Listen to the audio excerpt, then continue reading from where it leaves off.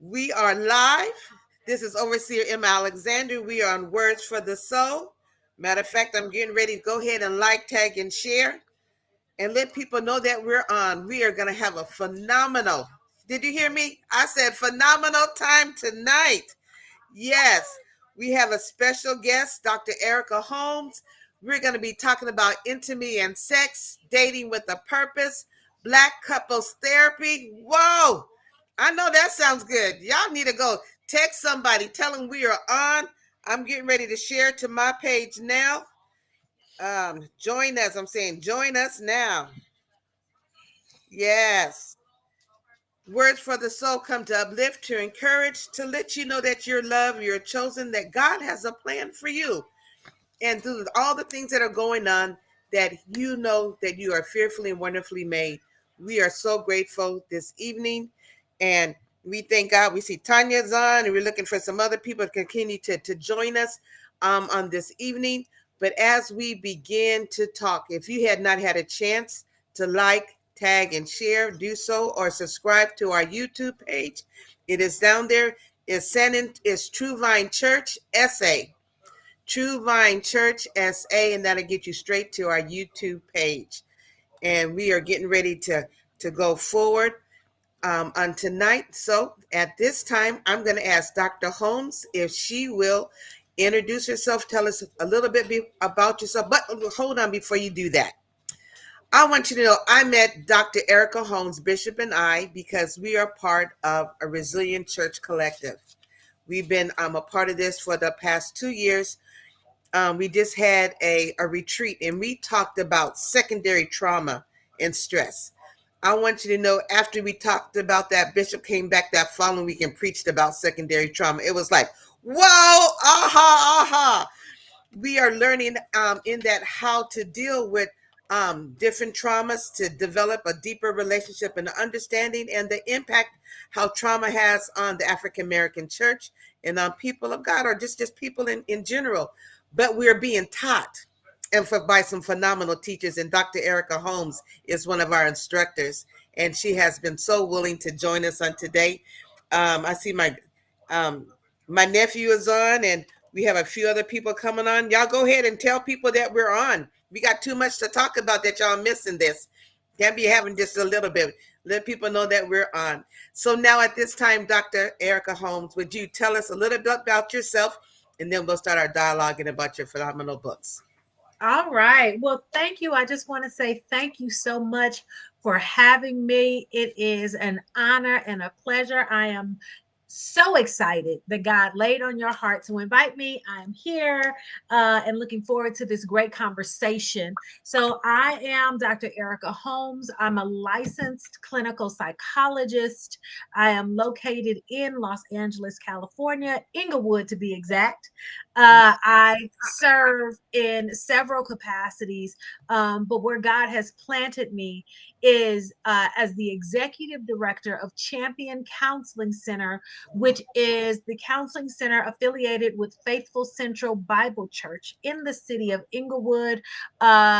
We are the bishop who had been there for 40 years just retired. That was Bishop Kenneth C. Omer. He just retired. And we have our brand new pastor, who's Pastor Dr. J.P. Foster, has been pastoring since February, and God is truly, truly blessing. So in my capacity there, I serve, as I mentioned, as the executive director of the counseling center. So we provide professional counseling services to the congregation and the greater Los Angeles community. We provide services for individuals who are having challenges, mental health challenges, and we provide them with professional counseling services. We have about 15 trainees who are getting either a doctorate or a master's degree in counseling or therapy, marriage and family therapy, or clinical psychology. And then we have 5 supervisors who provide supervision to them as they provide the services. So and I am a professor. I teach at a graduate school where I'm the associate chair of a master's program as well. And I have my own consulting. So, and I write. I do, Like you don't have nothing else to do. Right. Exactly. So again, I'm just blessed to be here. Wow. So as you see on our screen, these are three, but I just found out today she has four books that she has already published. And we have some information that we'll put that in the chat. But she's going to talk about her books and why God placed it on her heart to even write these books. So whatever book you want to start off with, Dr. Holmes, let's go for it. So I'll just start off with the first book that I wrote, which is on the graphic. It's the one in the middle, Dating with Purpose, a single woman's guide to escaping no man's land. Hmm. And honestly, um, I don't want to sound like a cliche, but God really planted that in my heart. Mhm. It wasn't the way that, again, I've been practicing therapy and working with folks for over 20 years. And my area of focus and specialty in my work has always been trauma. Okay. I've worked with children and adults and families. I've done so much. And I never thought about myself being in the dating space. And in full transparency, I was in the shower and taking a shower, getting ready for bed, and God gave me the title and outlined all Wow. 8 of the chapters in Wow. 15 minutes. And I came out of this bathroom and I was telling my husband, I was like, I'm gonna write this book, and this is the title, and I'm gonna talk about this and then that. And then he was like, "You came up with all that in there."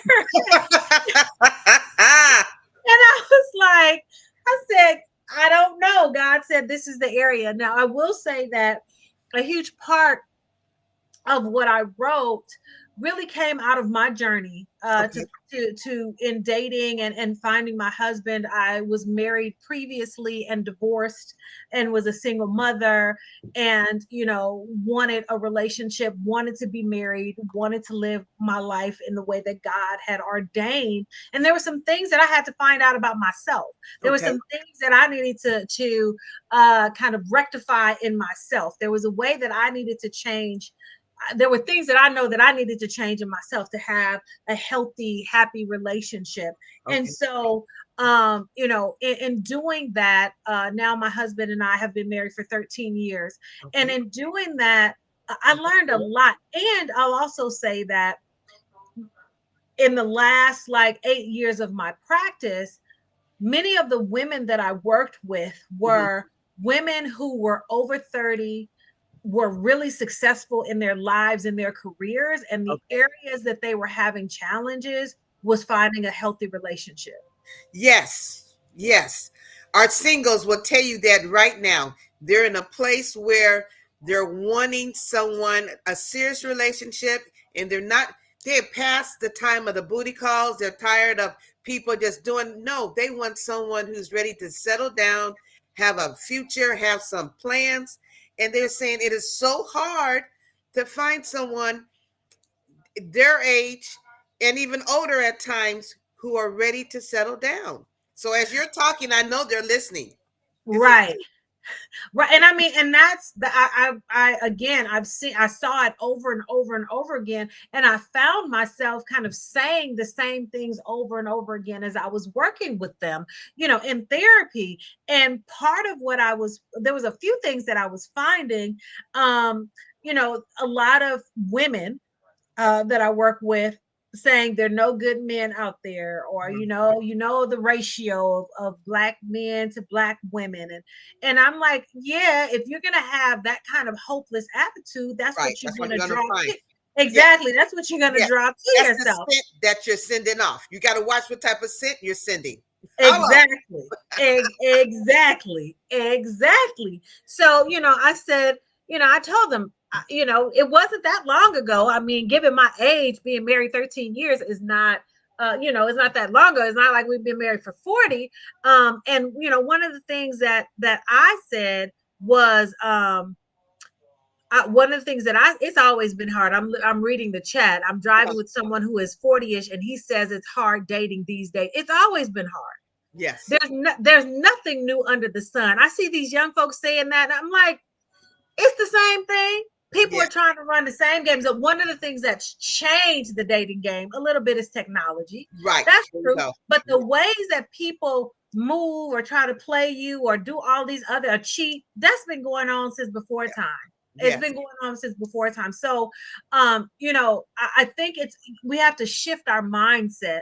And one of the things that comforted me that was in my spirit when I was dating, and saying that I wanted to be married was, I was like, okay, people want to talk about the ratio of men to women and that. And I was like, God, there got to be one. Like, you didn't make me, right? Come And on all now. my Yes. and didn't create somebody fabulous to match this. All I need is one. I don't, right? I don't need 10. So my whole mindset was in the same way, and I talk about this in the Dating with Purpose book. In this, I ask a lot of women this, and this is kind of like the premise and what was given to me. I'm like, many women, you'll go to school, you get a job, you'll buy your own house, you do maybe buy a house, you may do what it takes to buy a car, you do all of this, but you sit back passively when it comes to dating. And I'm not saying chasing a man, but I'm saying, what are you doing in your life to actively get prepared to be in a relationship? And also, what are you doing to put yourself in spaces where there are potentials? Yeah. Right? You can't go to work all day, pick up your kids if you have them, come home, cook dinner, and sit on the couch and be like, I'm interested in dating. Unless he's the UPS man, he ain't coming to the door. Come on now. So Amazon, that's all you're gonna get, Amazon, so that's up. But I'm like, how are you? And the older that you get, it becomes more difficult because you have more responsibility, right? Yes. When you were younger, you're hanging out with your friends where it doesn't even, not even quote unquote at the club, but are you going to, out to dinner? Are you going to functions? Are you going to association dinners? Are you doing things to put yourself in places where you can meet new people? Yes. That's simple. And so Dating with Purpose, the book is actually a workbook because I'm like, I don't have the answer for you. What I can do is give you some questions, give you some prompts, give you some things to help you think about how you're moving, give you some things to think about in yourself. Like, chapter 2, a lot of women who've gotten the book, they'll tell me, I can't get past page 36. I'm like, come on, because that's chapter 2. And chapter 2 is all about looking at yourself. Speak on that. Yes. You got to know who you are. Oh my goodness. Exact. So many times, men and women will come and they break up and then they want to talk about this, what he did, and he was this, and she did that, or she did this. And it's like, but what you do? Right, exactly. Right. And I tell people, I'm not ever going to tell you to take responsibility for someone else's bad behavior. Correct. But relationships are a dance. Yes. And so you got to find somebody doing your dance. You can't be doing the cha-cha and this person over here is doing the tango. Like, it's good. Right. Relationships are co-created. So when you reflect on your behavior, maybe it was you stayed too long. You knew it wasn't healthy, right? You knew it wasn't what God sent for you. Yeah. You knew, but you stayed too long. Or maybe it was you knew down in your heart that this wasn't the place where you're supposed to be, but you justified. Yes. You made excuses for this behavior. You overlooked some things. So being aware of how your behaviors are impacting the outcome of your relationship is the first step. I like that. Bishop has said self-examination is so important. It really is. We have to check ourselves and not always look at the other person, but what am I doing to become better? What am I doing to grow in whatever that may be? If it's financial literacy, if it's feeling good about myself, being confident in who I'm attracting, feeling confident of my own abilities of being independent and not feeling like I just is looking for anybody. So, right. Yeah. But one of the first chapter in the book is called Dating with Purpose versus Dating Desperation, out of desperation. Yeah. And there's a big difference between being intentional. Being intentional in the way that you move in relationships versus, as you said, dating anybody or just taking the first person that pays you a compliment, right? We have to be intentional and not just quote unquote settle for Yeah. whatever might come your way. And so Amen. that self-examination part helps you, sitting back and reflecting on your behaviors in past relationships. Why or what are some of the reasons? I examine your picker. Like, who are you choosing? Ah. Maybe, I talk about, sometimes your picker is broken and you're Ah. not, the people that you are choosing or that you're attracted to are, a reflection of your trauma, not your healing. Ah. That's good now. Say that So, one more time. so sometimes the people that you're choosing are a reflection of your trauma, not your healing. Love that. Love that. Y'all And need to so, put that up in chat because that is so true. yes, yes. So, How do you do that? Someone said, how do you do engage in self? So again, the book is a workbook. Now, although it says a single woman's guide, believe me, this book came out in 2019. And even if you look at the reviews, I've had several men who've done the book. I'm like, just change he to she, just change he to she. It's all the same thing. It's psychological principles. But there are a lot of activities. There are a lot of activities in the book. One of the activities, like for example, one of the activities that I have individuals do is to look at their last three relationships, look at the last three relationships that they had, and then I'll ask them. I'm looking through the book so I can tell you right. So looking at the last three relationships that you had, then you're to ask yourself, what did you like about the person? What were some of the red flags that you saw? And why did the relationship end? And begin to look at patterns. okay. Because generally there are patterns in our relationships and why dating relationships fail. Another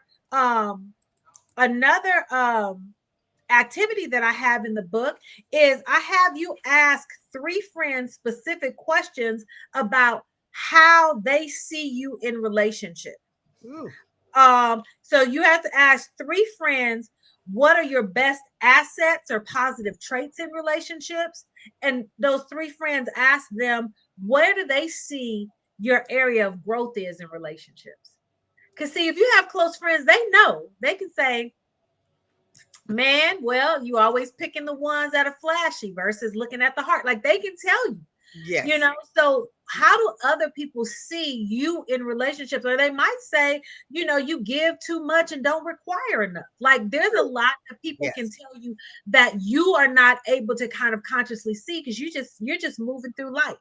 Yes. So even asking, so again, that's having your friends name three of your best assets or positive traits in relationships and two areas of growth that you might need in relationships. So those are some of the activities in chapter 2. And then in chapter 2, I also have you evaluate your values, right? Yes. So one of the activities in the book is full of activity. I'm telling you, people like, I can't get past chapter 2. But one of the activities that I have you to go into, you identify your values, and then you create what I call a 4-square plan. So it's a box with 4 squares. Mm-hmm. After you've identified your values, you label each box. One is your essentials, one is your deal breakers, one is negotiables, and one is a group of things that don't matter. Okay. And what you are to do is in that exercise or activity, you are writing down what are the things you desire in relationship. Now, how does this differ from people who have a list? Well, in your essentials, the only thing that you can put in essentials, that's like must-haves, Uh-huh. are things that are related to your values. They cannot be things related to things that change. So your values must, have a relationship with God. That's Yes. your value. Yes. Must love their family or be family oriented. Those are values. how does that differ from a list? Because sometimes people create a whole list and everything is mixed. It cannot, in your must-haves, cannot have anything that's temporal or changing. So it can't be, he got to be 6'2" and 195 pounds, all muscle. It can't be, he needs to be making six figures. Because all of those things can change. You know, as That's you get right. older, you shrink. Right. You know, you get happy and you get married and you get happy, you grow a little bit this way. You know? Yes, hello. So those things are temporal. Yes. Those things are temporal. So what those things we put in the box called negotiables. So you might desire somebody who has this physical characteristic, but it's negotiable. I tell women all the time, I'm like, so if, and I just using women as an example because I work a lot with women. So I'm like, so if he's 5'10" and got everything else, you gonna pass on that? And if you say yeah, that's why you single. Huh, that's good. Right. So those things are not, you can say, I want him to make six figures. That's great. But what if he gets fired from his job 2 days after you get married or the job closes? There's a lot of reasons. So it's not about how much money he makes. You might say, I want somebody that values work and that is driven, goal oriented. See, that's a value. How much money he makes, that could change, or how much money you make. You might get laid off. The company might go under. So that's in your negotiables. The next one, the deal breakers, I say is your shortest list. Why? Why is it your shortest list? In the beginning of the book, one of the sections that I have is say what you mean and mean what you say. Yeah. And so many times in relationships, we threaten, but we don't mean it. And so we'll say, if you do this, I'm leaving. And then they do it, but because you love them and you like, okay, let's talk about it. So now what's happening is you're teaching people how to treat you. Don't say, right? Come on now. Don't say that this is a deal breaker if you fall in love and you're going to work through it. Mm-hmm. So your deal breaker should be one or two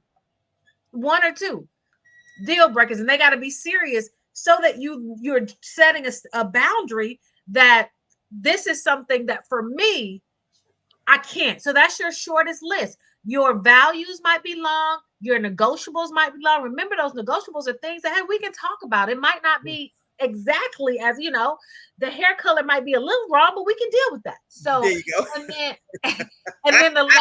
And then the last box is the things that don't matter. And this also requires self-reflection.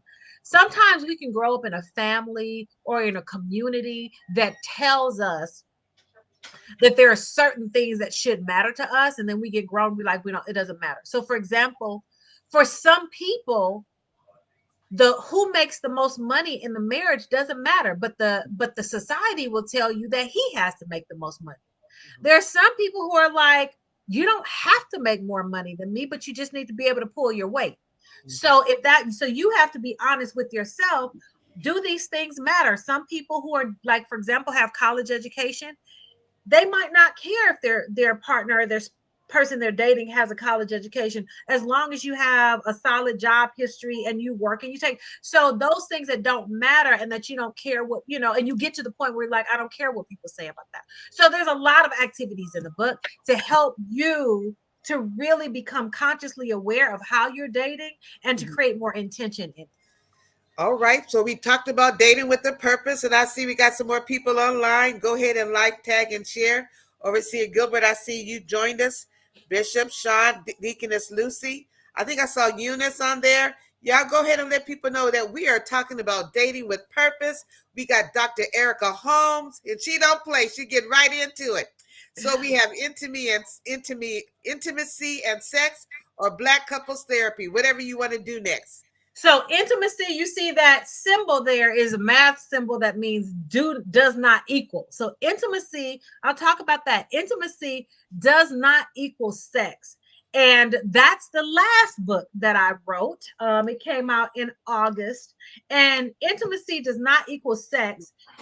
180 activities to help couples connect. Mm-hmm. And this book came out of me doing work with couples and my couples ministry at my church, and having a lot of couples who've been together for a while, either dating or married, and they talk about the spark being gone, All right. that they've lost their butterflies and they don't, they're like, I don't know. And even working with people, couples in therapy who may have been married 20, 25 years, and then they become empty nesters and they're coming to therapy because they don't know if they want to stay married. Right. And a huge part of the reason for that is because for those 20 and 25 years, they've been pouring into parenting, Yes. to building quote unquote wealth or stable, financially and career wise, but they haven't been pouring into each other and their relationship. And so intimacy does not equal sex is really challenging this idea that has made those two words synonymous. So when we talk about intimacy, people think that's another word for sex. It's just like saying transportation and a car are the same things. A car is a type of transportation, but you also got a bus and a train and a skateboard and a bike, right? Yes. So sex is one type of intimacy, but in order for couples to grow together, they have to foster intimacy outside of the bedroom. And if you're dating and you're doing it God's way, you're not having sex anyway. So you got to learn to connect in other ways that are not sexual, and it's the other ways that are long lasting. It is the other ways that are, that will sustain a relationship. Because you could be in a relationship and you could be young, and there could be a time when you're not able to be sexual. There could be so true. When I was going through cancer, yes, but we learned the importance of hugging. Oh my gosh, how powerful! Yes, just hugging and just looking at each other, just being there, and appreciating that. Oh my goodness. Exactly. And these are the things. So there's so many times I have one of my closest friends who was very active in a very active job, had a medical mishap that made her paralyzed for a while. And she was young, made her paralyzed. She's back. She's wonderful now, thank God. But she was truly paralyzed. She had to go from a wheelchair to a walker to a cane to now she's back running. But so there's so many different reasons. Sometimes when people get pregnant, there's a high risk pregnancy, they can't. Yes. Right. So there's a lot. And then if you live to be 96, you're married, it might not. So there have to be other reasons. There are other ways that couples are connecting. So this book is not a book that you sit down and read. I don't really write those. I write workbooks or activity books because I think you have to be active in your own healing, active in your own process and change. So it's really just every page is a different activity. Now there are couples games out there, and there are some couples books out there talking about intimacy. What makes this one different is that I talk about their activities. I'll say this, their activities along 6 different types of intimacy. So the book has activities to help you foster intimacy in 6 ways, in 6 different areas. So they are, you mentioned the first one, physical, right? So that's the touch. That's the hugging. That's different from sex. That's the holding hands, right? That's the touching of the head or caressing the head. That's, physical intimacy. Then you have emotional intimacy, and that's sharing the innermost parts of your emotional self with your partner, right? So having those deep conversations, those conversations where you're connected. There's also spiritual intimacy. Yes. So one of the things I didn't say is that intimacy comes from the Latin word inimus, and that means the innermost parts. Yes. So when we talk about intimacy, we're talking about sharing the innermost parts of ourselves with our partner, and that requires vulnerability, trust, safety, right? Yes. Transparency, and that's what helps the connection when you're sharing those innermost thoughts and feelings. And so spiritual intimacy involves connecting with your partner around your spiritual beliefs, around your connection to God, around all of your spiritual life, and feeding into that together. The next one is intellectual intimacy, and that involves connecting with your loved one around thoughts and ideas and having meaningful discussions and debates. And Yes, we and don't, that's so good. You got to have that. You you want a do. thinker. You need to have a thinker in your life. Ex- Oh, Exactly. And you don't want to come to blows, but you need somebody to say, have you ever thought about this? Or what did you think about that? Or, I heard this idea, this concept. What did you think about? And share your thoughts. That intellectual intimacy also means sharing your plans and your goals and your yes. dreams, right? Yes. And then you have experimental or recreational intimacy, which a lot of people said they haven't heard. And this involves like amassing new experiences together as a couple. Okay. So amassing new experiences together, in recreational intimacy, as I was writing the book, and it's 180 activities, it's a lot to come up with. I wanted to cut it down to 90, but I was like, no, I was given 180. But and so some of the things is talking about the emotional intimacy and the spiritual intimacy and all. So some of the activities I would tell my husband, okay, we need to do this. I want to see how it feels before I Right. tell people. And so one of the things that we did as I was writing this earlier this year, for his birthday, I surprised him and we got on the Amtrak train and All took a right. train ride, which was only an hour and a half. It's a little city and they have an outlet mall. And so we just got on the train. We've been married 13 years, never took a train ride. So I Mm. was like, we got up. It was a Saturday. We caught the train. It was an hour and a half. It was really nice. The Amtrak was Yeah. really. I did business class. It was only $60, and we got out there. And I took him as an outlet. He loved to shop, so I was like, okay, let's go to the store, get you some tennis shoes. We had a really nice lunch. We walked around. We got back on the train like 7 o'clock, and we came home. We just made a day of it. Yes. Yes. Just a new activity. So recreational experimental is just really doing something new and activities. And then the last one is sexual intimacy, which has the fewest exercises. And I also give you like instructions on how to do each one of them. So again, that's physical, emotional, spiritual, intellectual, experimental / recreational, and sexual. Mhm. So building relationships, and so there's 180 activities. Oh, Some of wow. the activities are things to do that you can do in the moment. So for example, for physical intimacy, if a couple is married, I say set your alarm clock and wake up 10 minutes before you usually do and just lay in the bed and cuddle. Yeah. Just so don't just jump up. Oh, I gotta get the kids up. I gotta get the kids. Okay, we gotta get together. Let me get the pot. 10 minutes for you all to connect. And recreational intimacy, like when is the last time you've been at home and you and your husband, your spouse, your wife, or even if it's somebody you're dating, you get together and say, let's sit in the backyard and watch the sunrise today. Yes. Beautiful. Just watch, put on some music and watch the sunrise. And you know what? These are things that people can do every day. Does not cost any money. Yep. It's just thought provoking, and it is what I say. You want to make sure that you're using your time. It is something that you are appreciating. Um, Yes. it is something you're building memories with. So Yes. yes, you're giving wonderful ideas to people, and Yes. getting up and riding the train, riding the Amtrak is fun. I tell you, Yes. my husband and I will go on a walk sometime. We Yes. just do things, or we just go drive and just go talk, or we do a movie. Yes. Just spending quality time with one Yep. another. That's Yep. what it's about. And that's exactly what the book is about. Those things like taking a walk around the neighborhood is in there. Yeah, Even trying a new restaurant. Like if a new yes, restaurant pops up in your community, stop going to the place y'all always go. See it yes, and say, you know what? Let's just go try it. And yeah. I say in the book, and if you don't like the food, you can have a funny laugh as you're on your way to Whataburger. You know what I'm There you saying?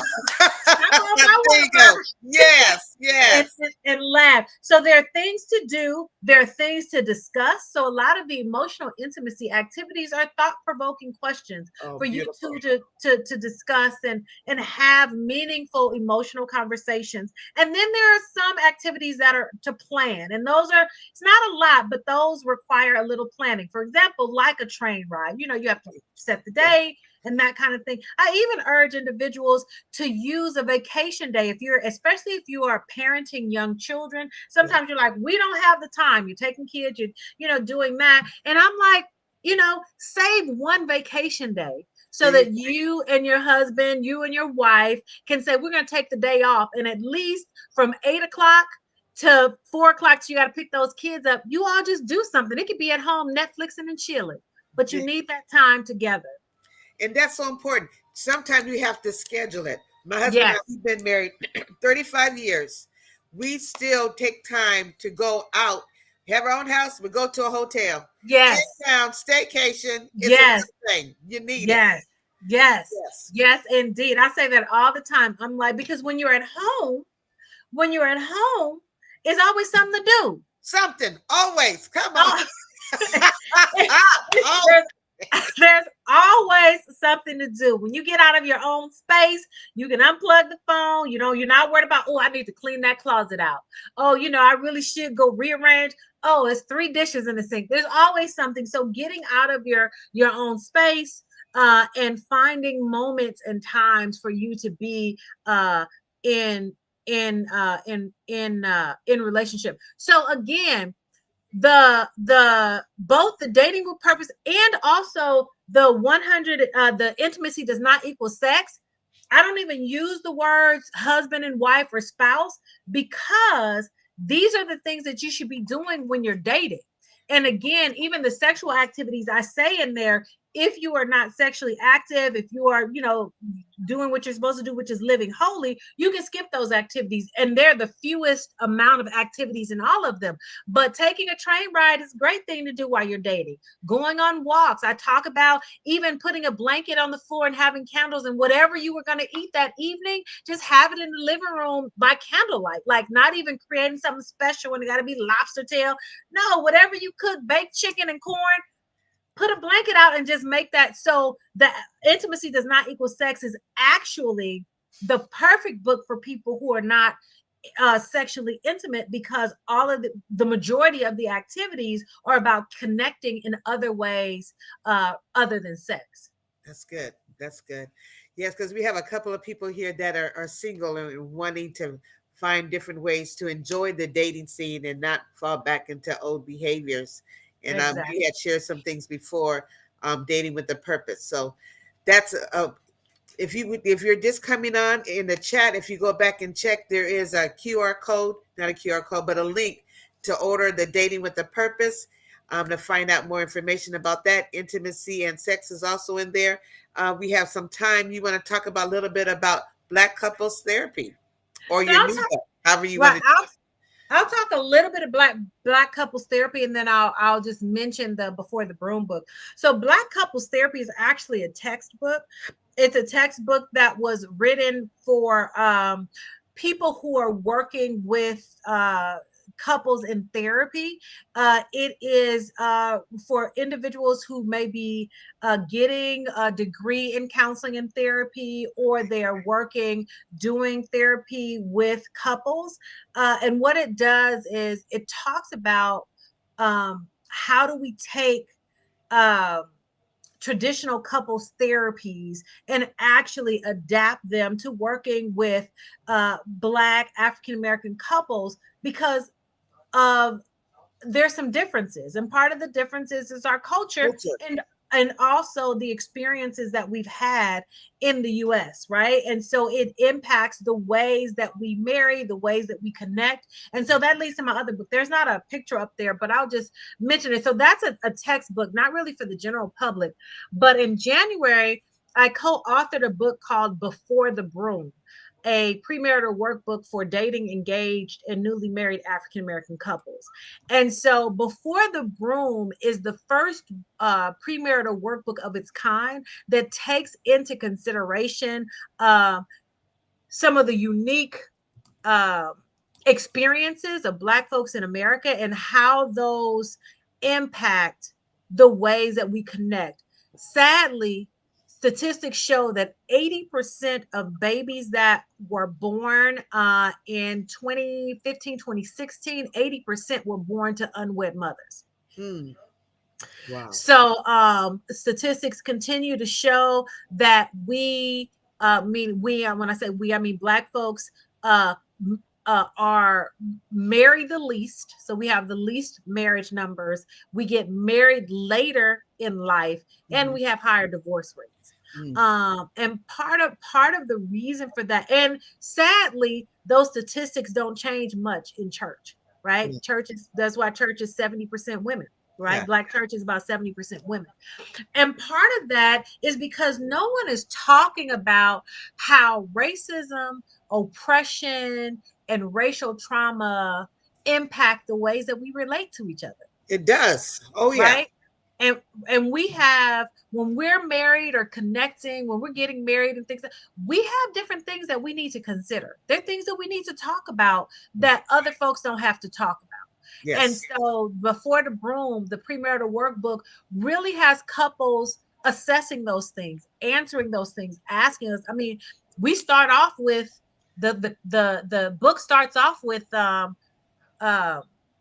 identity, and Yes. how much identity, especially around your racial identity. We My church used our premarital workbook. It just came out in January, along with another book that we use to have couples kind of go through and look at the racial stuff and the God spiritual oneness stuff. Uh-huh. And some of the questions, like, our couples were like, some of the questions that we asked were, what were you told about skin color, and Yes. how does that impact who you've chosen to date, to be with?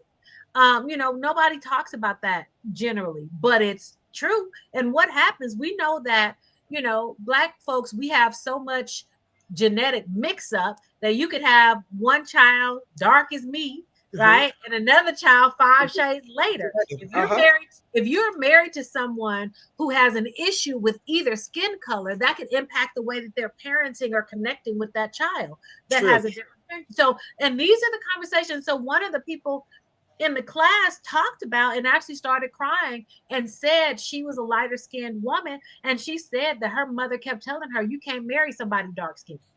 Hmm. And she said, one of the things that she said was, the person she was in premarital workshop with was dark as me. And Okay. so she admitted that part of the reason that she chose him was to go against her mother. Wow. Right? So that was it. She said she never thought about it, and uh she never would say that out loud, but she was like, I just need to say that. She was like, I love him and I want to marry him, but my mother might not be okay with our children. Like, so those are conversations. The book also talks about extended family. Right. That's really That's a important. real thing. Oh, we had to do a couple of sessions on that at our church because Yes, dealing with extended family, that's good. And if you have exactly. the right to correct and who you're going to talk to and with your discipline and do in one place and then the other person, and oh my, that's And big. and who are we gonna take care of, mama? Yeah. Because historically, mama come live here. So y'all both need to be on the same page. If you got a partner, who's a little more quote unquote modern, and they're like, no, we're gonna put our parents in a home. Like, those are things you got to talk about. Yes. That's So good. I like that. Well, while we're on here and those are looking on, if you have a question about your dating and if you have a question that you would like Dr. Erica Holmes to address, because I know we got some thinkers on here and some things that you may have been going through. If you have a question, we have a few minutes. Go ahead and put that in the chat as we continue to dialogue. And I'm just putting her on the spot because she's just good like that. Because I know what she can do. We have Bishop and I, and he's on, have had the privilege, and I said this in the beginning, for over 2 years. She is a part of our resilience, or a church collective resilience collective, and she talks about trauma. We talked about secondhand trauma and how we can become better as pastors, as individuals, as couples, whatever we're going through, and how to navigate that and give us the capacity to walk through some things. So Doshi had a question. Okay, Bishop, what was your question that Doshi had? Let me see. Doshi said, oh, what about dating, courting relationships? What about them? What is it that you want to know about them? Right, because I mentioned that the activities in the book were for them. I didn't know if there was something else. Okay. What Here's else a would you like to know? uh-huh. Okay. Yeah. What advice can you give the adult children about toxic relationships? Oh, that's good. What advice can you give? Um, what advice can you give your adult children about toxic relationships? So if your adult children are dating, I think it's important to help them to recognize what are healthy and unhealthy behaviors in a relationship. I think it's important to have direct conversations about what is healthy and what is unhealthy. And Mhm. that's for, it doesn't matter if it's a female child or a male child. How should they expect to be spoken to? How should they expect to, what does it mean to have a reciprocal relationship? Yeah. Um, how to handle, how to be able to even articulate their needs, right? So how to negotiate what is healthy conflict and what is unhealthy conflict. Those are the specific conversations that we should be having with our children, adult children, and also young children. Another thing, because I teach, um, one of the courses that I teach is domestic violence course. The biggest group at danger for being in a physically abusive relationship are girls between the ages of 16 to 24. And part of the reason for that is because uh, they're not taught what unhealthy behaviors look like early on. So Yeah. some people think that um, experiences of that would be considered controlling is actually a way of showing love. When they're dating someone, they say, well, I don't want you to go out with your friends, or don't wear that. I don't want you to wear that. They see it as kind of a compliment. Oh, he cares about me so much that he's telling me what to do and where to go. Hmm. And that's actually a huge red flag for later abuse or violence in the relationship.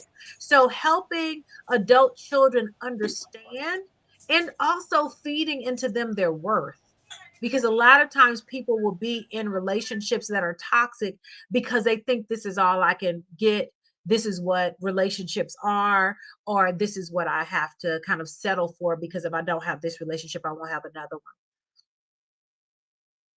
All right. That looks good. Donna said yes. What else do we see on here? What advice do you give? And Doshi said you answered her question. So that's good. Do we have any other questions before we get ready to have her give words of wisdom? This has been phenomenal. Thank you. Oh, goodness, you'll get me for saying this is a great session. We are so excited. If you have not had a chance to like, tag, and share, Tanya, if you have put up our website again for our YouTube, you can go back and look at the session.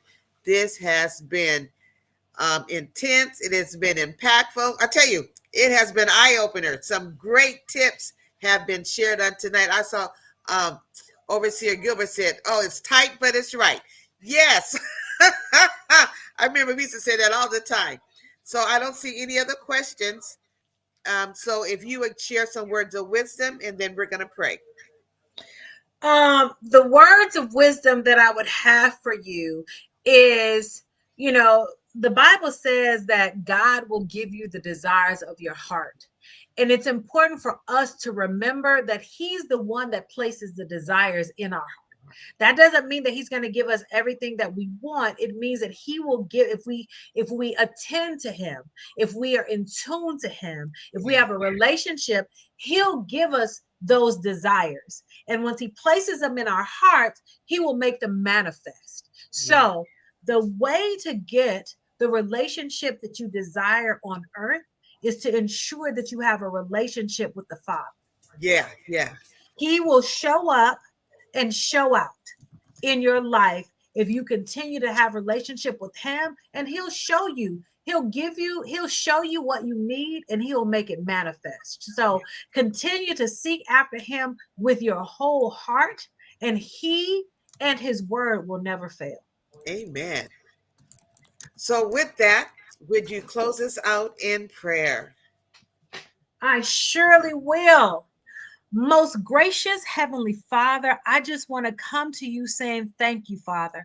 I thank you for giving me the opportunity to minister to your people. I thank you for everyone who showed up on this call this evening. I ask right now, Lord, that you move in every individual situation who is can hear the sound of my voice, Lord. You know what they need. You know where they need lifting up. You know where they need support. You know what they need in order to fulfill the purpose that you have given and planted in them. So I ask right now that you speak, Lord, that you speak a whisper to them to remind them that you are there and that you will never leave nor forsake them, Lord. And as we leave this webinar, Lord, I pray that we never leave your presence.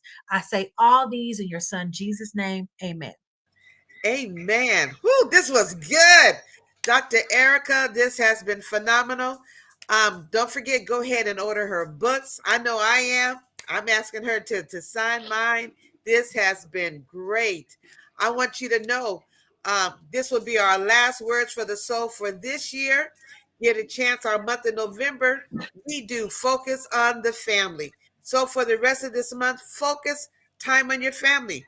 Dr. Erica is saying, get some time to go to walk, to go to the movies, sit out and see a sunset, do something with your family, do something that's refreshing. If it's with your spouse, with your children, with yourself, doing this month.